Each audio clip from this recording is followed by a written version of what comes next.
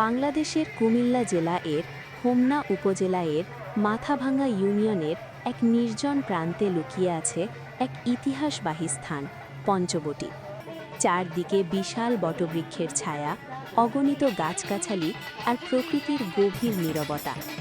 বাতাসে পাতার মৃদু শব্দ, যেন অতীতের কোনো গল্প ফিসফিস করে বলে যাচ্ছে। এই নিস্তব্ধ সৌন্দর্যের মাঝেই দাঁড়িয়ে আছে এক অমর স্মৃতি, মুক্তিযুদ্ধের ইতিহাস। ১৯৭১ সাল, চারদিকে যুদ্ধের উত্তাল সময়।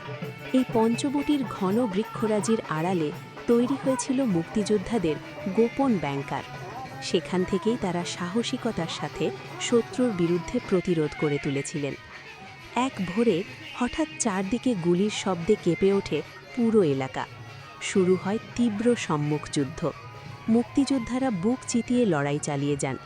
সেই রক্তক্ষয়ী লড়াইয়ের মাঝেই বীর মুক্তিযোদ্ধা মনিরুল হক বাচ্চু শহীদ হন। তার সহযোদ্ধা আলী আহমদ সহ আরও অনেকেই আহত হন।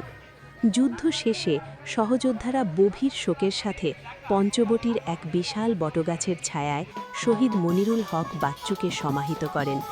সেই সমাধি আজও নীরবে বলে যায় আত্মত্যাগ আর বীরত্বের অমর গল্প। পঞ্চবটির পাশ দিয়ে বয়ে চলেছে শান্ত স্রোতের হাবাথিয়া নদী।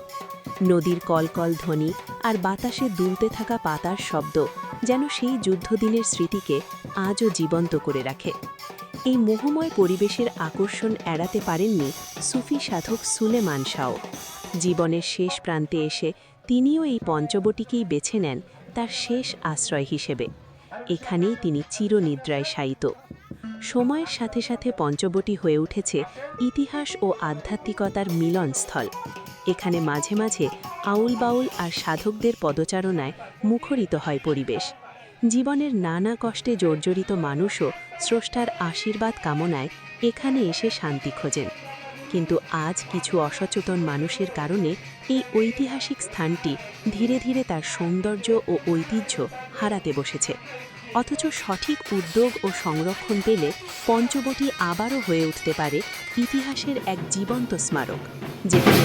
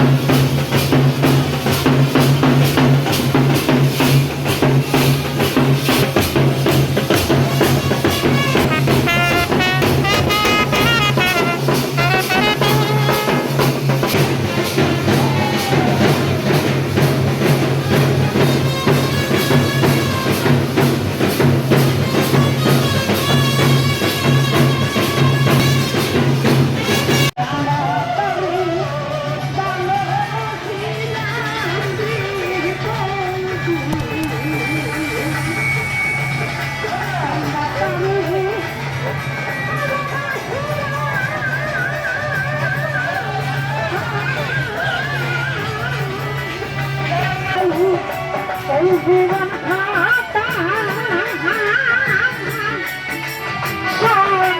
পয়লা